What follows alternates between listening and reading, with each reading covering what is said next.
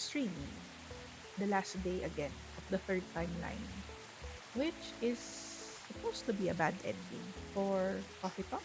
So, let's see kung ano mangyayari. Hi, puro it's late at night. It's not my usual schedule to stream. Pero since nilalaro ko siya offline at nare-reach ko yung mga timelines na mapagdadaanan. So this is the last day again of third timeline na to. And this is supposed to be a bad ending for everybody. So gusto ko lang stream para makita nyo with me yung bad ending. So, ang nangyayari, naka-ano lang ako, naka-auto at fast forwarded ang mga bagay-bagay. Ayan. So, as you guys can see, I am just watching. Pero, sa timeline na to, dahil marami akong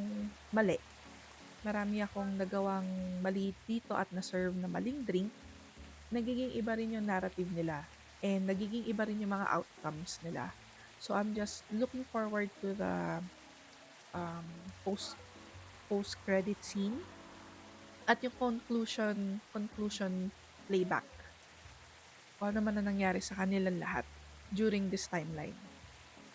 Kasi meron tayong gustong ma-achieve. Gusto nating ma-achieve yung true secret ending which concerns the cat in this story. So, sabi nila, kailangan daw pagdaanan lahat, bad ending, good ending, bago natin makuha yon. Bago natin makuha yung, I think, secret ending talaga. Di ka nagtataka, di ako nag-redeem ng kalbo. Ay, oo nga, no.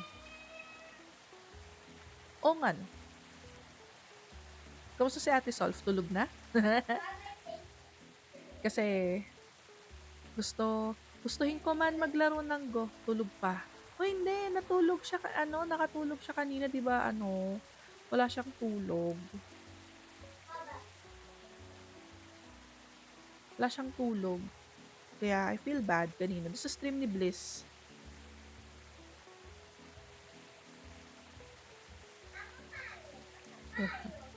ikaw, hindi pa matutulog? Question, day 3 lang ba talaga yung performance mo?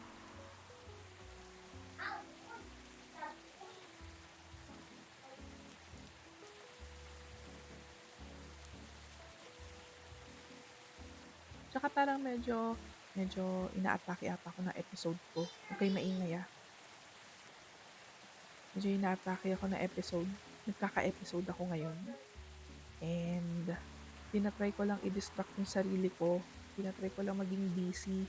Kaya ako nag-stream. Dapat wala akong mic. Kasi hindi ko alam kung ano yung mga masasabi ko. Pero wala. Parang um, kailangan ko lang maging busy. Kailangan ko lang i-distract yung sarili ko. Kaya, tinuluyan ko tong third timeline hanggang ngayon. Kahit naka-auto lang siya, parang naglalaro na lang ako for coffee and drink. Hindi na yung sa kwento. Although may nakikita akong mga differences, tsaka mga nangyayaring kakaiba sa timeline na to. Pero yun, parang bigla akong nakaramdam ng weird. Kaya parang inaatake yata ako ng ko ulit. Nag-episode ata ako ulit. And nasabi ko na sa asawa ko na ano, may mga nagbabother sa akin ngayon within the day. Ewan ko. Ewan ko. Kaya parang hinahayaan ko lang i-distract yung sarili ko para hindi siya mag-deep dive, ganun. Hindi siya lumalim. Maka-bounce back ako agad. Makapag-isip-isip, ganun. Kasi ganito yung mga sakit namin or sakit ko is kapag naiiwan niyo akong idol, kung ano-ano na tumatakbo sa isip ko. Tapos from there, doon na nagsa-start yung uncontrollable emotions. Kaya I'm not really your usual Mamma Mia plays today. Pasensya na po. Kailangan ko lang talaga. No, wala akong medications. Hindi ako niresetahan ng medications because of one single criteria. Kasi I'm not thinking of suwi.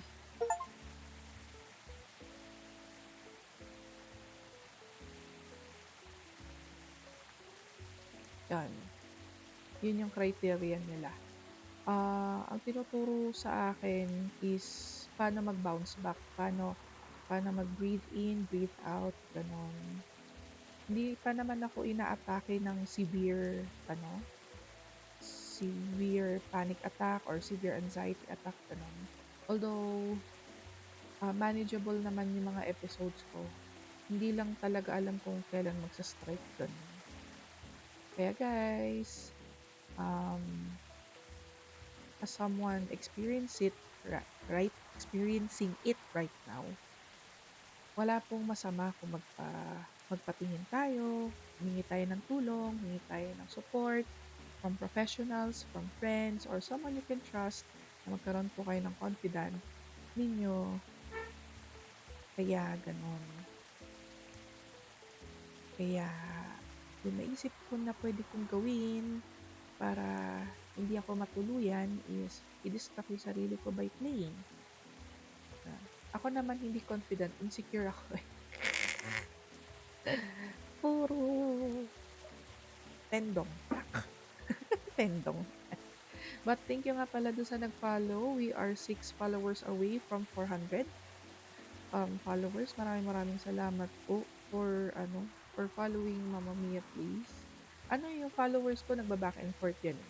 Dati umabot ako ng 380 tapos naging in one day naging 375. Tapos unti-unti naging 380. Tapos biglang naging 383. Tapos naging bumalik sa 379. Ganun. Urong-sulong yung number na yun. So, sa akin, kung na-feel nyo pong i-click yung follow, salamat po. Pero kung nawalan na po kayo ng interest at hindi po kayo makarelate, I am happy naman na at least naging part po kayo ng Mama Mia. It's okay. Don't feel bad about it.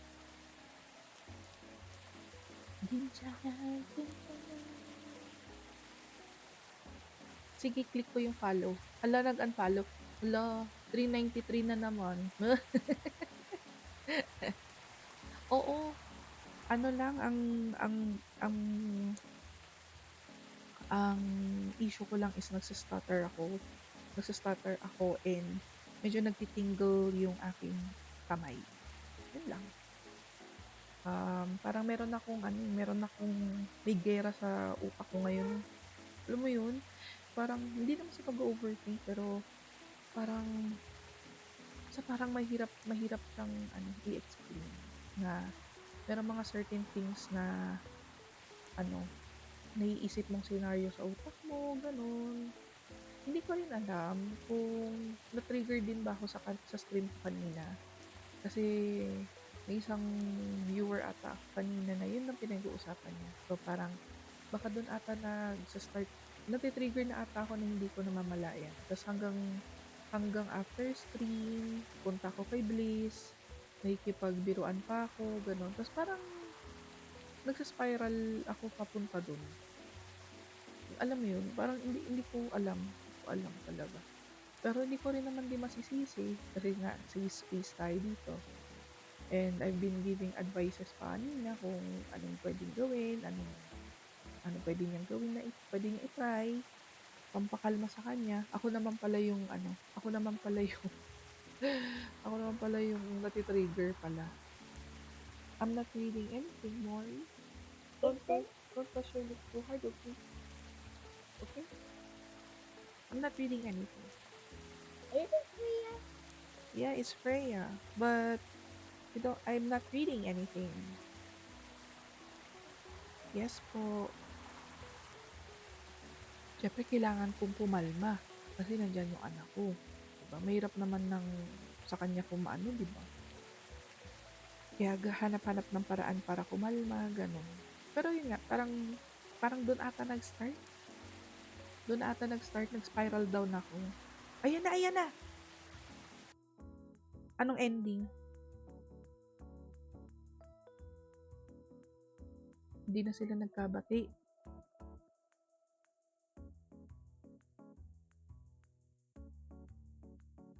Bad ending for them. Silver went underground and hasn't sent any news in a while. Oh no. But Baileys gets the occasional anonymous message asking for assistance. Oh. Hyde still visits from time to time. He drops by the cafe to meet up with Gala. Okay, parang lahat ata sila. But he tends to keep his distance now and rarely shares his private thoughts or preoccupations. Oh, medyo bad. Ito. Lua and Billy's wedding plans are still on hold. Okay. Bad ending din for them. But they did start couples therapy and seem happy with their progress so far. Okay. Bad ending. Bad ending for them. So Rachel didn't up releasing anything on time. Oh my gosh. Hindi siya nakapag ano. Even though she's slightly discouraged, she won't give up and will keep working on it. Wow. Oh, si Riona. Riona never came back to the coffee shop. She probably just carried on like she always did. Okay, bad ending, everybody. Lucas has rarely visited the coffee shop after he ended his hiatus either. Oh, eto. Due to the vandalism, the street is closed from parking until construction is done. Okay, bad ending then. While piece of history continues to fade away forever and to forgotten. Okay, that's a bad ending, everybody. We reach a bad ending for the third timeline. So, tingnan natin yung post credit scene. Up.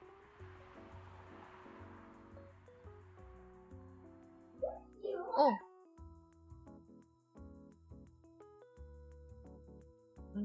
Bad ending with Lucas naman.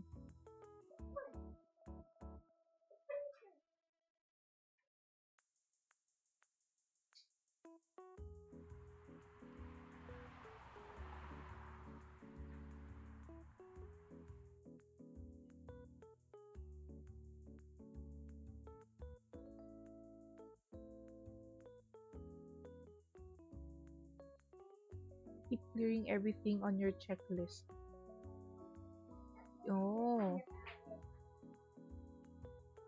So, binigyan niya ako ng words of encouragement to try it again. Keep everything checked, the checklist.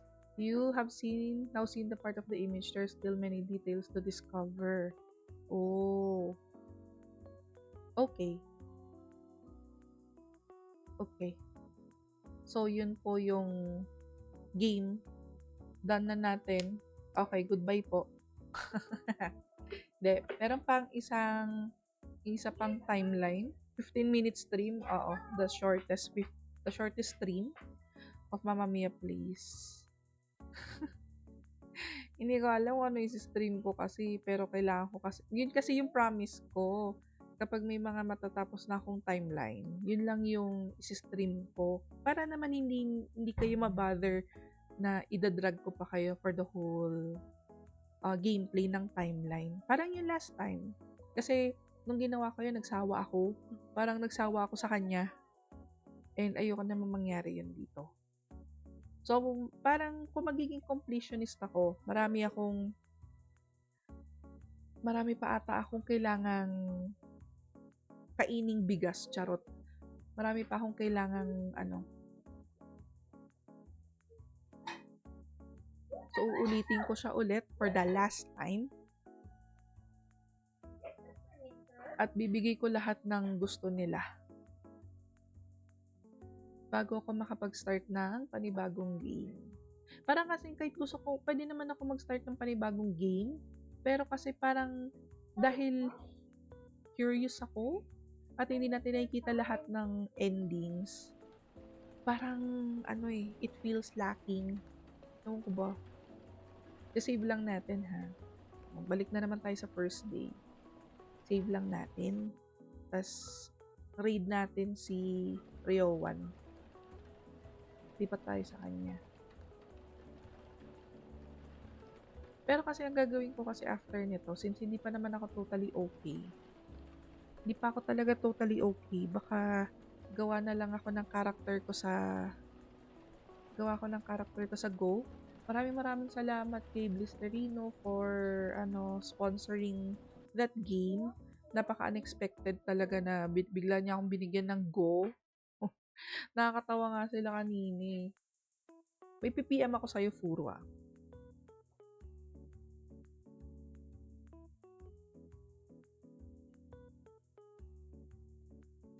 Anytime? O sige, ngayon na.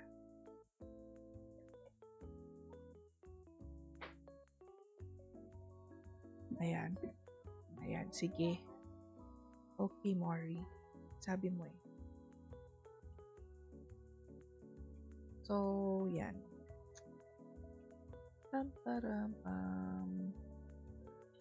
Sayang tapos na pala. Hello, Roman. Hello.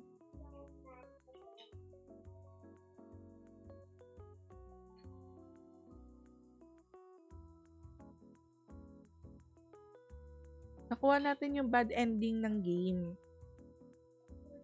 Ayaw pala, no? Sorry.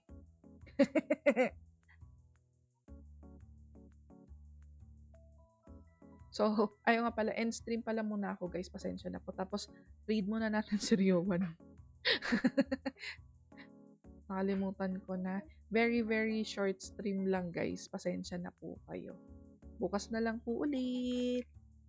I kept my promise naman na every timeline, i-stream ko. So, na-reach natin yung third timeline, kaya, bad ending timeline. Kaya yun. Ayan. Sige. Doon na tayo kay Ryowan. Bye everybody. Good night. Bye everybody.